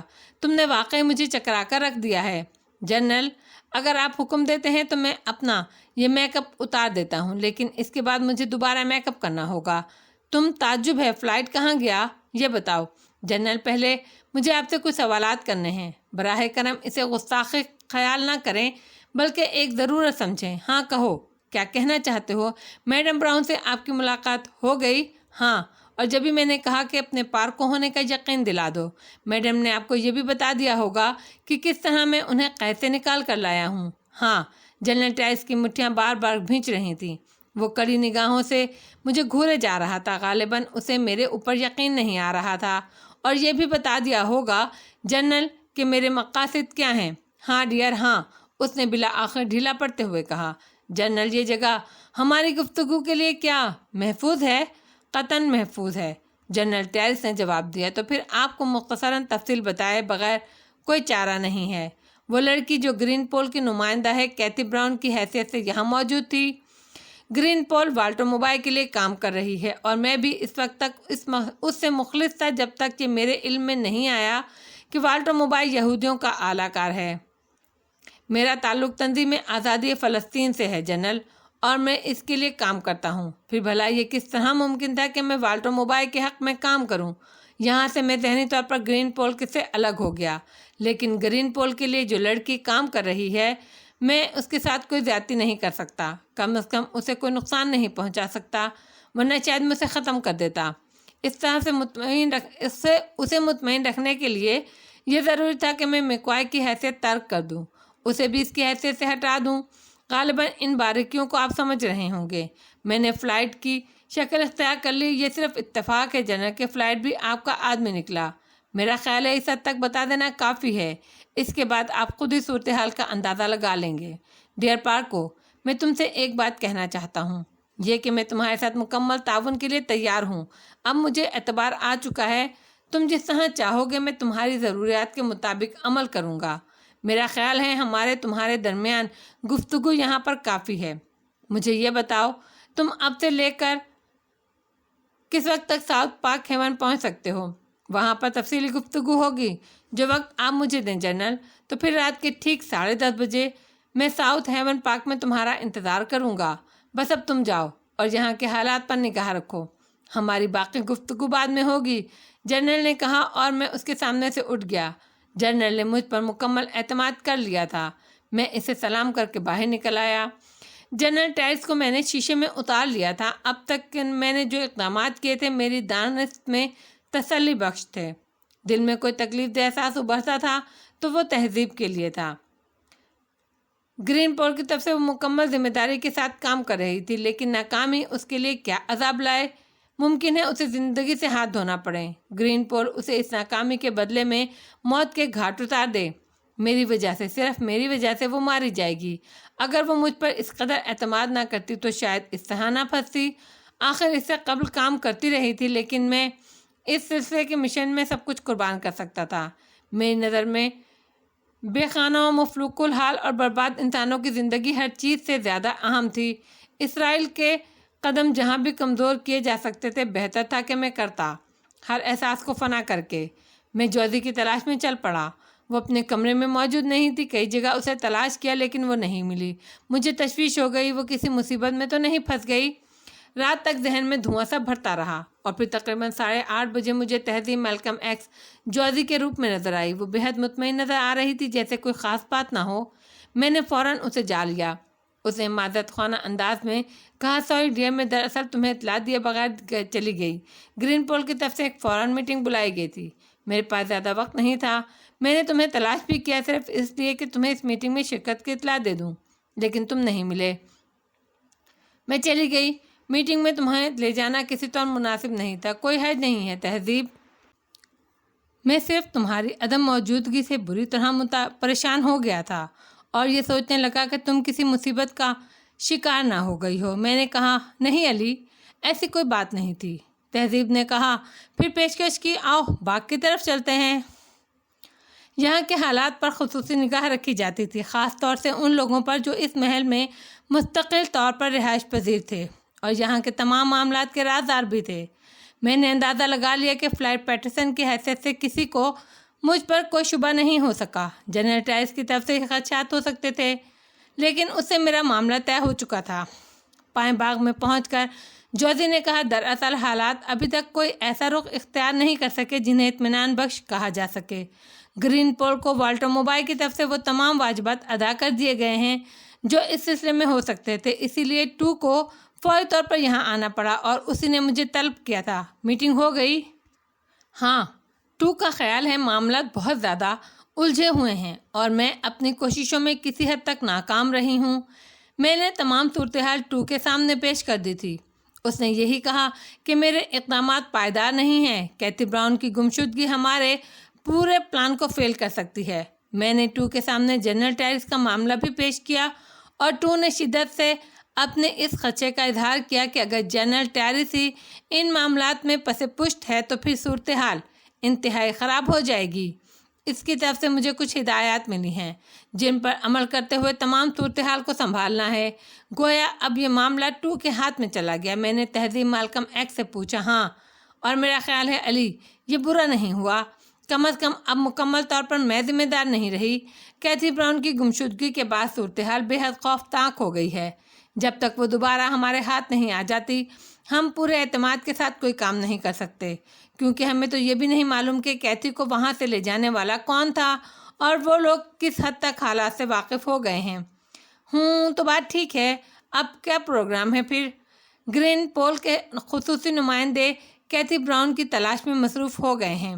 یہاں کے تمام حالات کو مد نظر رکھتے ہوئے اور کیتھی کی پچھلی زندگی کے بارے میں معلومات حاصل کرنے کے بعد فوری طور پر کوئی کارروائی کی جائے گی۔ اس دوران گرین پول کے آدمی گوٹے ہل کی افواج میں شامل ہو جائیں گے اور یہ اندازہ لگانے کی کوشش کریں گے کہ جنرل ٹائرس کے حامی کون کون سے ہیں اور والٹر موبائل کن پر بھروسہ کرتا ہے۔ دیکھیے اب اس سلسلے میں مزید کیا انکشافات ہوتے ہیں۔ تمہارا کیا پروگرام ہے؟ مجھے جوزی کی حیثیت سے بدستور یہاں رہنا ہے اور اگر یہ حیثیت ختم ہو جائے تو پھر کوئی نئی شکل اختیار کرنا ہوگی۔ اب اس کے انتظامات ہو گئے ہیں۔ میرا خیال ہے بہت مختصر سے وقت میں والٹر موبائل کے محل میں گرین پول کے آدمی مختلف صورتوں میں داخل ہو جائیں گے۔ گویا تمہاری ذمہ داریاں کافی حد تک ختم ہو گئی ہیں، صرف کم ہو گئی ہیں، ختم نہیں ہوئیں۔ اس سلسلے میں مزید کوئی کارروائی؟ میں نے سوال کیا۔ نہیں، البتہ ٹو نے مجھے مشورہ دیا ہے کہ میں والٹر موبائل کو اس جگہ سے ہٹا دوں۔ جو لوگ کیتھی براؤن تک پہنچ سکتے ہیں وہ والٹر موبائل کو بھی تلاش کر سکتے ہیں۔ خوب، تو والٹر موبائل کی جگہ تبدیل کر دی جائے گی، لیکن اس کے باوجود ہمیں اس کی رہائش گاہ سے آگاہ رہنا چاہیے تاکہ کسی بھی لمحے ہم اسے قابو میں کر سکیں۔ اس کی تم فکر مت کرو، وہ ہر لمحہ ہماری دسترس میں رہے گا۔ میں بہت جلد تمہیں اس کی نئی رہائش گاہ کے بارے میں تفصیلات فراہم کر دوں گی علی۔ ویسے تمہارے ذہن میں کوئی اور خاص بات آئی ہے؟ نہیں، ابھی تک حالات جوں کہ توں چل رہے ہیں۔ میرا خیال ہے ہمیں اپنے اس نئے روپ میں ابھی تک کوئی پریشانی نہیں ہوئی۔ ابتدائی معاملات ہم نے سنبھال لیے ہیں اور یوں محسوس ہوتا ہے جیسے آئندہ بھی ہمیں کوئی مشکل پیش نہیں آئے گی۔ ٹھیک ہے، ویسے میں تمہیں تمام صورتحال سے آگاہ کرتی رہوں گی، تہذیب نے کہا۔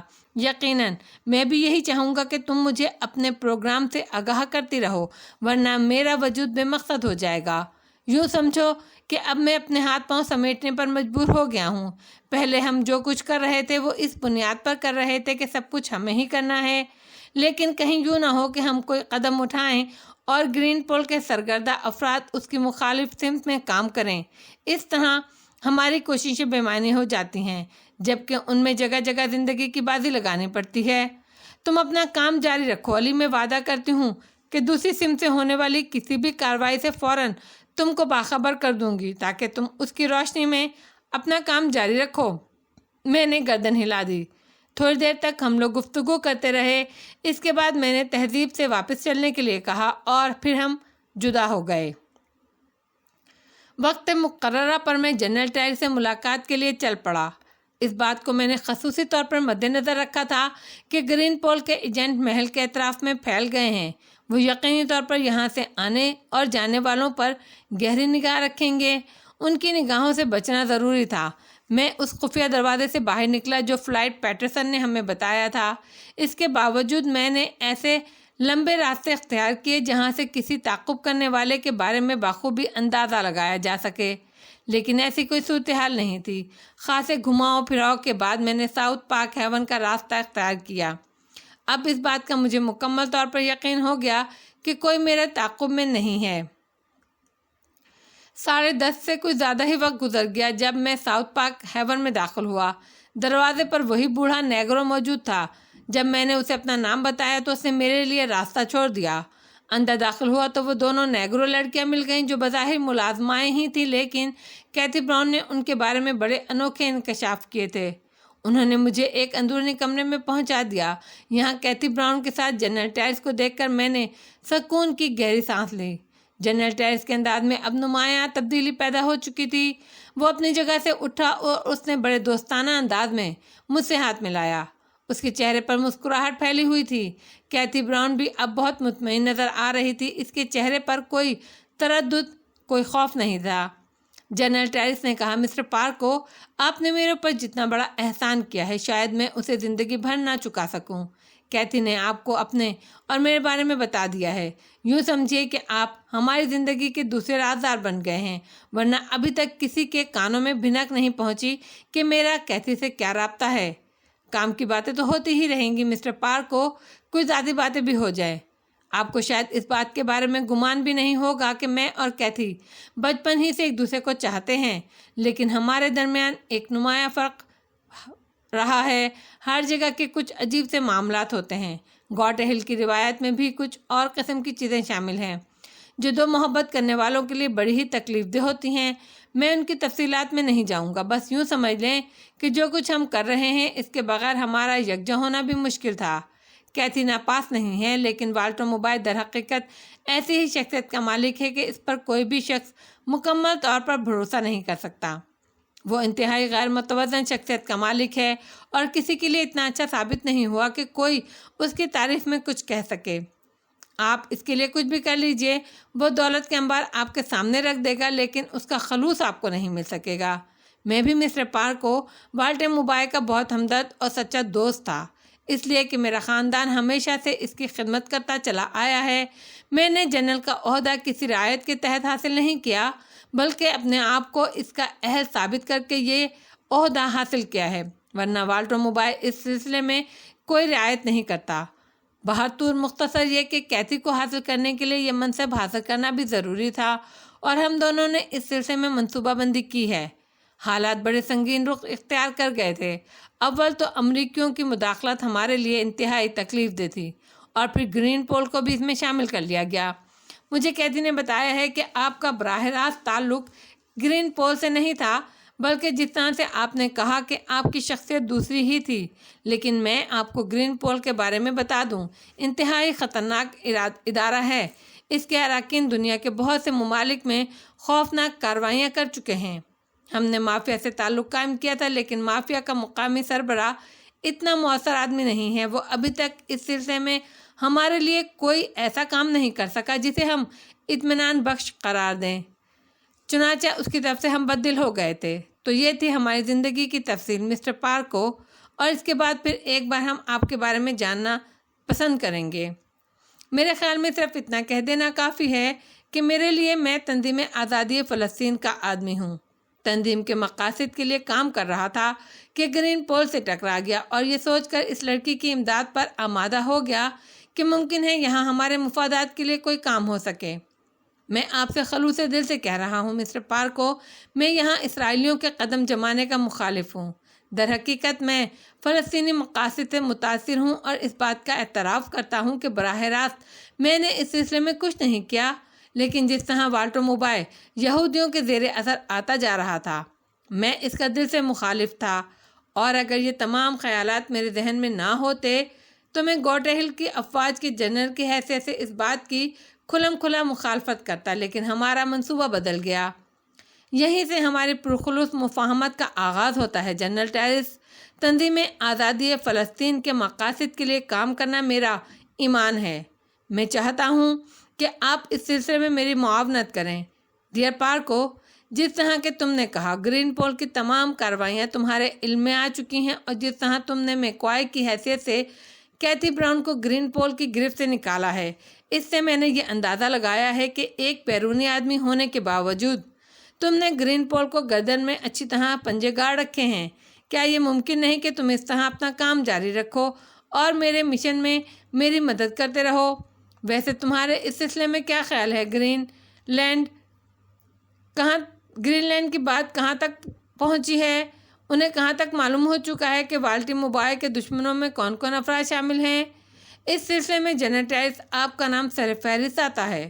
گرین پول نے جو منصوبہ میڈم براؤن کے سامنے والٹر موبائل کو پیش کیا تھا اس کی تفصیلات انہوں نے آپ کو بتا دی ہوں گی۔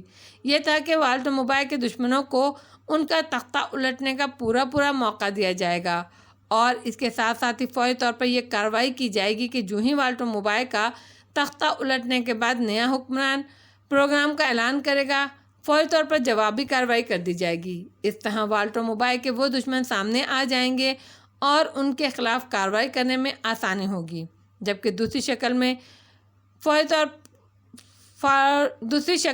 طور پہ اندر کے دشمنوں کو تلاش کرنا ایک مشکل کام تھا۔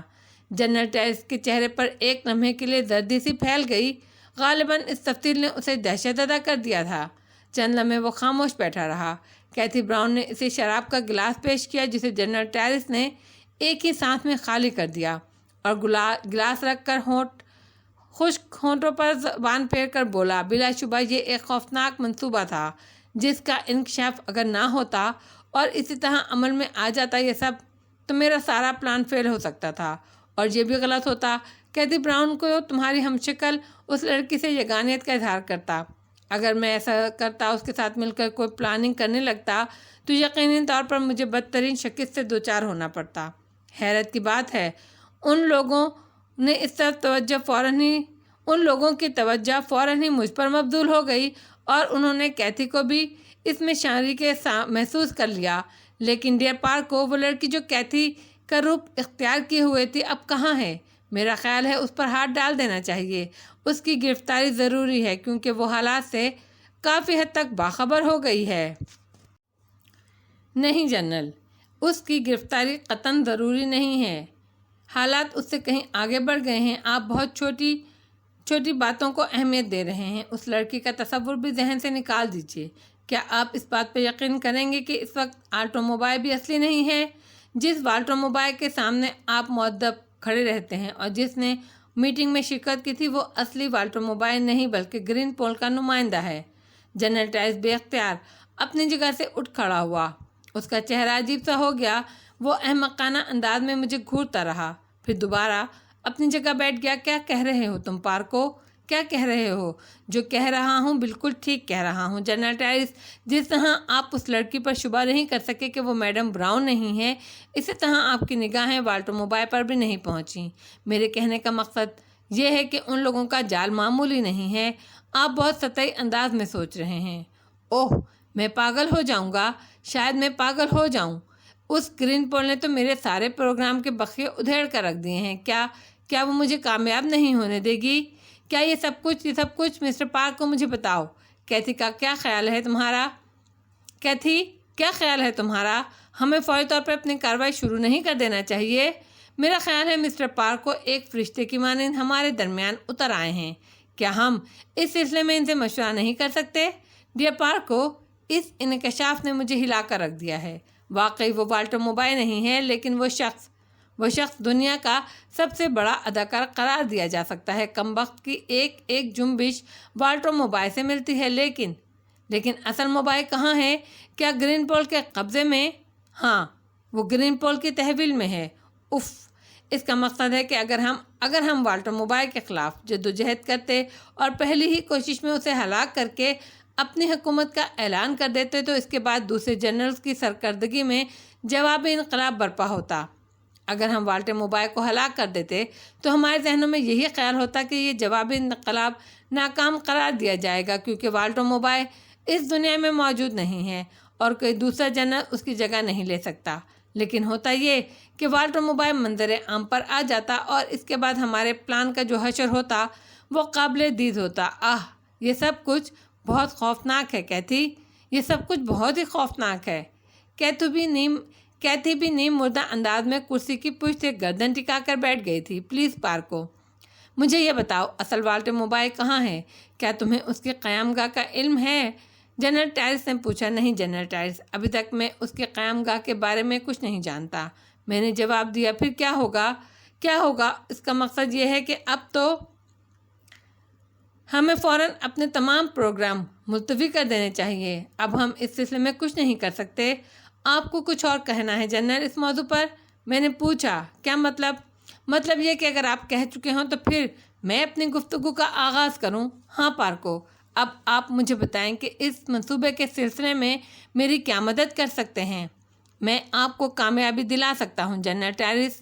میں ایسے مواقع فراہم کر سکتا ہوں کہ آپ والٹر موبائل کی حکومت کا تختہ الٹ دیں اور خود حکمران بن جائیں۔ اب تو تقدیر نے مجھے تمہارے ساتھ لا کھڑا کیا ہے، میری مدد کرو ڈیئر پارکو۔ بات صرف یہ نہیں ہے کہ میں اقتدار چاہتا ہوں، بلکہ اس انقلاب پر میری پوری زندگی کا انحصار ہے۔ میں اپنی زندگی کے لیے یہ ضروری سمجھتا ہوں، پھر موت کا راستہ اپنانے کے علاوہ میرے پاس اور کوئی چارہ نہیں رہے گا۔ ٹھیک ہے جنرل ٹائرس، لیکن اس کے صلے میں مجھے کیا ملے گا؟ میں نے سوال کیا۔ جنرل ٹائرس اور کیتھی براؤن میری صورت دیکھ رہے تھے۔ تب جنرل ٹائرس آہستہ سے بولا، اس کا فیصلہ تمہیں ہی کرنا ہے۔ یوں سمجھ لو دولت کا کوئی مسئلہ نہیں، دولت کا جو تصور تمہارے ذہن میں آئے تم یقین کر لینا وہ تمہیں ملے گی۔ نہیں جنرل ٹائرس، مجھے دولت سے دلچسپی نہیں ہے۔ میں اپنے اس کام کے سلسلے میں تم سے رقم طلب نہیں کروں گا، البتہ تمہیں بھی میرے لیے وہی سب کچھ کرنا ہوگا جو میں تمہارے لیے کروں گا۔ مطلب پلیز کھل کر بتاؤ۔ اسرائیلی ایٹمی پلانٹ جو یہاں والٹر موبائل کی سرکردگی میں قائم ہوا ہے ہماری آنکھوں میں کھٹک رہا ہے۔ ہم اس کی مکمل تباہی چاہتے ہیں اور تمہارے برسر اقتدار آنے کے بعد تم سے یہ توقع رکھنا چاہتے ہیں کہ اس کے بعد گوٹے ہل میں اسرائیلیوں کے قدم نہیں جمنے پائیں گے، کم از کم وہ یہاں کچھ نہیں کر سکیں گے۔ بس؟ جنرل ٹائرس نے سوال کیا۔ ہاں جنرل، بس یہی میری پہلی اور آخری خواہش ہے۔ تم بے شک بڑے آدمی ہو پارکو، معمولی انسان نہیں ہو، لیکن میں بھی تمہیں یہ بتا دوں، میں دل سے اسرائیلیوں کا مخالف ہوں۔ مجھے اسرائیل کے قیام سے ہی اختلاف ہے۔ میں اس ملک کے ریشہ دوانیوں کو نفرت کی نگاہ سے دیکھتا ہوں۔ میں جانتا ہوں کہ عربوں کے ساتھ یہ ناانصافی مختلف ملکوں اور مختلف قوموں نے مل کر کی ہے۔ جو کچھ تم چاہتے ہو میں وہ سب ضرور کروں گا، لیکن یہ تم پر کوئی احسان نہیں ہوگا۔ ٹھیک ہے جنرل، اس کے علاوہ مجھے اور کچھ نہیں چاہیے۔ تو پھر مجھے کیا کرنا ہے؟ جنرل ٹائرس نے سوال کیا۔ آپ مجھے اس ایٹمی پلانٹ کا پتہ بتا دیجئے جسے اسرائیلی مفاد کے لیے قائم کیا گیا ہے، اور اسے تباہ کرنے کے سلسلے میں آپ کو میری مدد کرنا ہوگی۔ ضرور، میں تیار ہوں مسٹر پارکو۔ اور سنو، اگر تم اس اسرائیلی پلانٹ کی تباہی چاہتے ہو تو میں اپنے کام سے پہلے تمہارے کام کے لیے آمادہ ہوں۔ جو منصوبہ تمہارے ذہن میں آئے مجھے اس کے بارے میں بتا دو، میں تمہارے ساتھ مکمل تعاون کروں گا۔ جنرل ٹائرس کے ایک انداز سے اس بات کا اظہار ہوتا تھا کہ جو کچھ اس نے کہا ہے وہ حقیقت پر مبنی ہے۔ وہ مجھ سے بہت متاثر ہو گیا تھا اور اس بات نے میرے رگوں پہ میں مسرت کی لہریں دوڑا دیں۔ بے شک میں کامیابی کی طرف تیزی سے گامزن تھا۔ تھوڑی دیر تک سوچنے کے بعد میں نے جنرل سے کہا، اس نوجوان کو کہاں قید کیا گیا ہے جنرل، جسے تم نے میٹنگ کے دوران گرفتار کیا تھا؟ فلسطینی نوجوان میری ذاتی قید میں ہے اور تم اطمینان رکھو پارکو، وہ ہماری دسترس میں ہے اور وہاں سے کہیں نہیں جا سکے گا۔ کیا کراچی میں اور مائیکل جان کی موت کی اطلاع اور لوگوں کو بھی ہو چکی ہے؟ قطعاً نہیں، میں اس بارے میں تمہیں بتا چکا ہوں، جنرل ٹیریس نے جواب دیا۔ گویا صرف چند افراد ہیں جو جانتے ہیں کہ کراچی میں اور مائیکل جان مر چکے ہیں۔ چند افراد بھی نہیں، میں، میرے محافظ، وہ لڑکی اور وہ نقلی والٹر موبائل، جو لوگ وہاں موجود تھے، ان کے علاوہ اور کوئی نہیں جانتا کہ یہ لوگ مر چکے ہیں۔ تو اس کا مطلب یہ ہوا کہ ابھی یہ اطلاع باہر نہیں نکلی اور شاید نکلے گی بھی نہیں۔ میں نے خود کلامی کے سے انداز میں آہستہ سے کہا اور پھر جنرل کو مخاطب کیا، میں چاہتا ہوں کہ مجھے ایک بار وہ جگہ دکھا دے جہاں ایٹمی پلانٹ واقع ہے۔ وہ جگہ نہیں، میں تمہیں اس ایٹمی پلانٹ کا معائنہ کرا دوں گا۔ کس حیثیت سے جنرل؟ میں نے سوال کیا۔ میں وہاں جا سکتا ہوں، میرے اختیارات میں کوئی کمی نہیں ہوئی ہے اور ابھی تک کسی کو مجھ پر شک نہیں ہوا۔ ٹھیک ہے جنرل، میں ایک اور بات بھی سوچ رہا ہوں۔ آپ نے میرے میک اپ کا اندازہ کر لیا ہوگا۔ میں کراچی میں مائیکل جان کی حیثیت سے آپ کے ساتھ ایٹمی پلانٹ تک جانا چاہتا ہوں تاکہ وہاں کے سرکردہ لوگ کسی قسم کا شبہ نہ کر سکے۔ امریکن FBI کا بھی آدمی ہوں۔ ڈینس ہیلے اس سلسلے میں اس کی امداد کر رہا ہے اور ہمیں اس کے خطرناک شخصیت کو پیش نظر رکھنا ہوگا۔ جنرل ٹیریس اچھل پڑا۔ اس نے متحیرانہ انداز میں مجھے دیکھتے ہوئے کہا، کمال ہے، تمہاری سوچ کس قدر تیز ہے، تم کتنی تیزی سے فیصلہ کرتے ہو پارکو۔ تو آپ کو یہ بات منظور ہے؟ 100%۔ جب بھی تم چاہو میرے ساتھ ایٹمی پلانٹ کا معائنہ کر سکتے ہو۔ کیا آپ مجھے کوئی ایسا موقع فراہم کریں گے جنرل کہ میں اس فلسطینی نوجوان سے ملاقات کر سکوں؟ ساؤتھ پارک ہیون ایک مضبوط اور محفوظ عمارت ہے، اس میں کسی کو کوئی شبہ نہیں ہے، اور اب تو میں اسے فولاد پلائی کی دیواروں کی مانند بنا دوں گا کیونکہ کیتھی براؤن یہاں موجود ہے۔ تم اس شخص سے ملاقات یہاں بھی کر سکتے ہو۔ تو پھر جنرل، کل اسی وقت میں اس نوجوان سے اسی عمارت میں ملاقات کرنا چاہتا ہوں۔ وہ یہاں پہنچ جائے گا، جنرل نے جواب دیا۔ کل دن میں کسی وقت بھی میں آپ سے رابطہ قائم کر لوں گا اور نیا پروگرام آپ کے سامنے پیش کروں گا۔ بہتر ہوگا کہ آپ پورا بھروسہ کریں۔ میں یہ تو نہیں کہہ سکتا کہ میرے زیر اثر کام کریں، لیکن جو کچھ میں کہوں اس پر غور ضرور کریں۔ جنرل نے اپنی جگہ سے اٹھ کر میرا ہاتھ اپنے ہاتھوں میں لیتے ہوئے کہا، نہیں پارکو، تمہاری خوبیوں کا میں بار بار اعتراف کرتا ہوں۔ یوں سمجھ لو میرا مشن اب تمہارے حوالے ہے، اور یہ بہت بڑی بات ہے جو میں نے تم سے کہی ہے۔ میں نے پرتپاک انداز میں جنرل کے ہاتھ کو دبایا اور اس کے بعد واپسی کی اجازت چاہی۔ جنرل اور کیتھی براؤن مجھے باہر تک چھوڑنے آئے۔ واپس محل پہنچا تو حالات پرسکون تھے، کوئی تبدیلی نہیں ہوئی تھی۔ جوزی اپنی آرام گاہ میں موجود تھی، چنانچہ میں بھی اپنے کمرے میں چلا آیا۔ رات کو نہ جانے کتنی دیر تک منصوبے بناتا رہا۔ کیتھی براؤن کی گمشدگی کا کوئی خاص چرچا نہیں تھا۔ ممکن ہے یہ اس کے معمولات میں سے ہو۔ اگر اصل والٹر موبائل یہاں موجود ہوتا تو یقینی طور پر کیتھی کی تلاش کے سلسلے میں خصوصی توجہ دی جاتی یا کچھ ہنگامہ آرائیاں ہوتیں۔ میکوائے کی غیر موجودگی کو بھی محسوس نہیں کیا گیا۔ محل کے معاملات جوں کہ توں چل رہے تھے۔ دوسری صبح جوزی یعنی تہذیب نے مجھ سے ملاقات کی اور بتانے لگی، ٹو کی طرف سے ایک نیا پیغام ملا ہے، مجھے اس سلسلے میں تم سے مشورہ کرنا ہے علی۔ ہاں کہو تہذیب۔ ٹو کا کہنا ہے کہ میں جوزی کی حیثیت ختم کر کے محل سے نکل جاؤں اور ان کے ساتھ مصروف عمل رہوں۔ یہاں کی تمام ذمہ داریاں وہ تمہیں سونپنا چاہتا ہے۔ اس نے مجھ سے مشورہ کیا تھا اور تمہارے بارے میں میری رائے دریافت کی تھی۔ میں نے اسے بتایا کہ جو کچھ بھی میں آج کرتی رہی ہوں اس میں تمہارے مشورے شامل رہے ہیں۔ اس بات پر اس نے بہت زیادہ اطمینان کا اظہار کیا اور تمہارے لیے پیغام دیا ہے کہ گرین پول کی طرف سے تمہیں ایک مستقل حیثیت دی جائے گی۔ تمہاری ان کاوشوں کا تمہیں بھرپور صلہ دیا جائے گا۔ میں نے تمہارے سلسلے میں اس سے بات کر لی ہے، لیکن اس نے یہ بھی کہہ دیا ہے کہ اس سلسلے میں حتمی فیصلہ تم سے مشورے کے بعد ہی کیا جا سکتا ہے۔ میں سوچ میں ڈوب گیا تھا۔ پھر چند لمحے بعد میں نے کہا، لیکن تہذیب، تم سے رابطہ منقطع ہو جانے کے بعد مجھے کافی پریشانیوں کا شکار ہونا پڑے گا۔ نہیں، ایسی کوئی بات نہیں۔ یہ ٹرانسمیٹر ہے جو خاص طور سے گرین پول کے لیے تیار کرایا گیا ہے۔ اس کی فریکوینسی دنیا کی کسی بھی ٹرانسمیٹر پر کیچ نہیں کی جا سکتی۔